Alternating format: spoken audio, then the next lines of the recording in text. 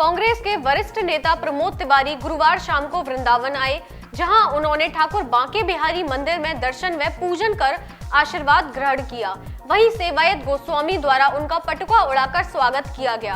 वृंदावन आए प्रमोद तिवारी ने पत्रकारों से रूबरू होते हुए कहा कि कांग्रेस द्वारा 14 दिसंबर को दिल्ली के रामलीला मैदान में भारत बचाओ रैली का आयोजन किया जाएगा, जिसकी सफलता के लिए वह विभिन्न जिलों में कार्यकर्ताओं से संपर्क किया जा रहा है।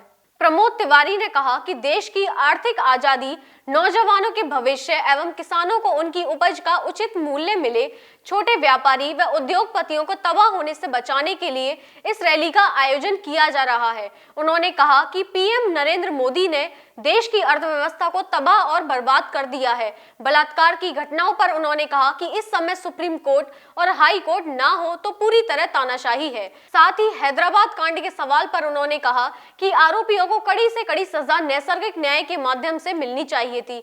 उसमें क्या गलत और क्या सही हुआ, इसे सुप्रीम कोर्ट ही तय करेगा। 14 दिसंबर को रामलीला के मैदान में भारत बचाओ रैली का आयोजन किया गया है। उसी के लिए मैं आगरा थोड़ा इधर होते हुए सबसे यही आग्रह है कि ये देश की आज़ादी को, ख़ासतौर से आर्थिक आज़ादी को, नौजवानों के भविष्य के लिए, किसानों को उसका सही मूल्य मिल सके, छोटे छोटे उद्योगपति और व्यापारी जो तबाह हो रहे हैं उनको बचाने के लिए ये रैली का आयोजन है, उसको सब सफल बनाए।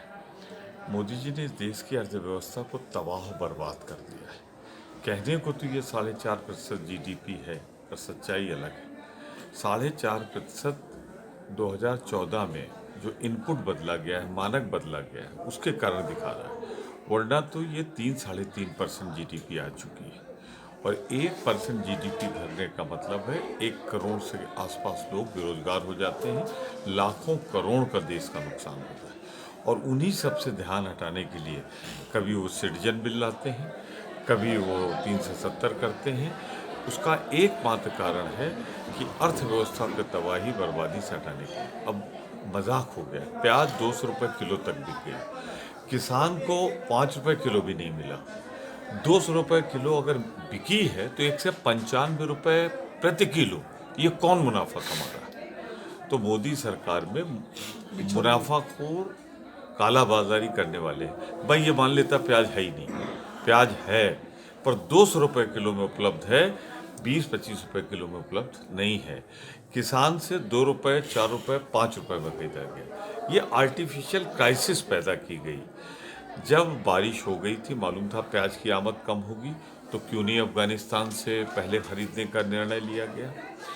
क्यों अकाल पैदा किया गया? ये कृत्रिम, इसी को कहते हैं कृत्रिम संकट, आर्टिफिशियली पैदा किया गया, और इसीलिए आज उपभोक्ता परेशान है। अब जिस तरह से बलात्कार हुआ, उन्नाव में लड़की जिंदा जलाई गई, मैनपुरी में लड़की की मौत हुई, शाहजहांपुर में जो अपराधी है वो अस्पताल में मस्ती ले रहा है, और लड़की जिसके साथ बलात्कार होता वो जेल में थी। तो हाई कोर्ट और सुप्रीम कोर्ट अगर ना हो इस समय तो पूरी तानाशाही, ये मोदी सरकार नहीं, ये हिटलर शाही।